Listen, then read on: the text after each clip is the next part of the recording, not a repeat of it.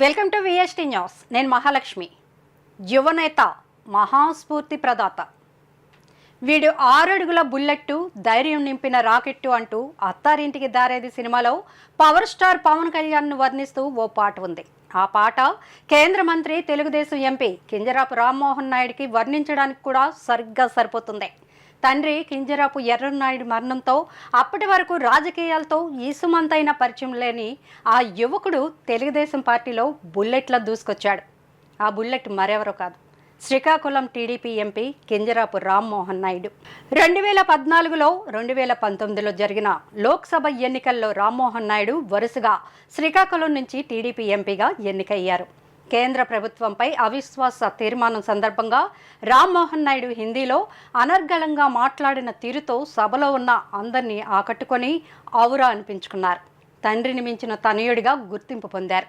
చిన్నతనంలో ఎలాంటి రాజకీయ నీడ పడకుండా పెరిగిన రామ్మోహన్ నాయుడు ఎంపీగా పోటీ చేసే వయసు కూడా రాకముందే అభ్యర్థిగా ఖరారైన యువ నేతగా నిలిచారు. ఎంపీగా విజయాలు సాధించిన ఆయన భయంతో, బాధ్యతతో, క్రమశిక్షణతో ఎదిగారు. పార్లమెంట్లో రామ్మోహన్ నాయుడు గుణాత్మక పనితీరు, వ్యక్తిగత కృషి ఆధారంగా 2020లో సంసద్ రత్న జ్యూరీ కమిటీ స్పెషల్ అవార్డు అందుకున్నారు. అతి చిన్న వయసులోనే ఈ అవార్డు అందుకొని రికార్డులకెక్కారు. తన పనితనంలో దూసుకుపోయే తత్వంతో పార్లమెంట్ పబ్లిక్ అండర్టేకింగ్స్ కమిటీలో సభ్యుడిగా నియమితులయ్యారు.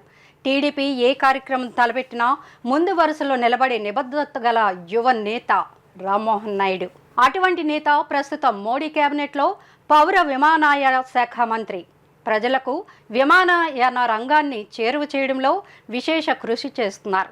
ఇటీవల విజయవాడను వరదలు ముంచెత్తిన సమయంలో బాధితులకు సత్వర సహాయం అందించేందుకు, వారికి ఆహారం, మందులు పంపించేందుకు ఆంధ్రప్రదేశ్ ప్రభుత్వం డ్రోన్లను వినియోగించిన సంగతి తెలిసిందే.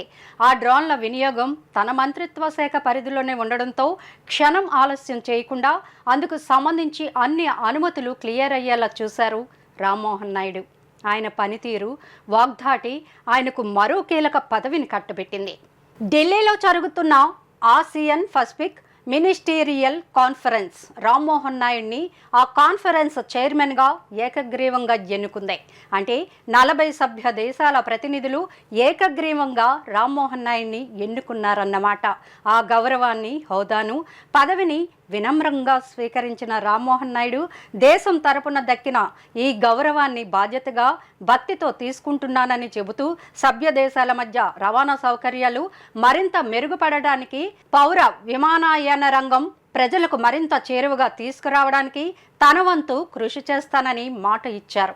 నిరంతర వార్తా స్రవంతి కోసం వీక్షిస్తూనే ఉండండి మీ మా VST news. Please like, share and subscribe our channel.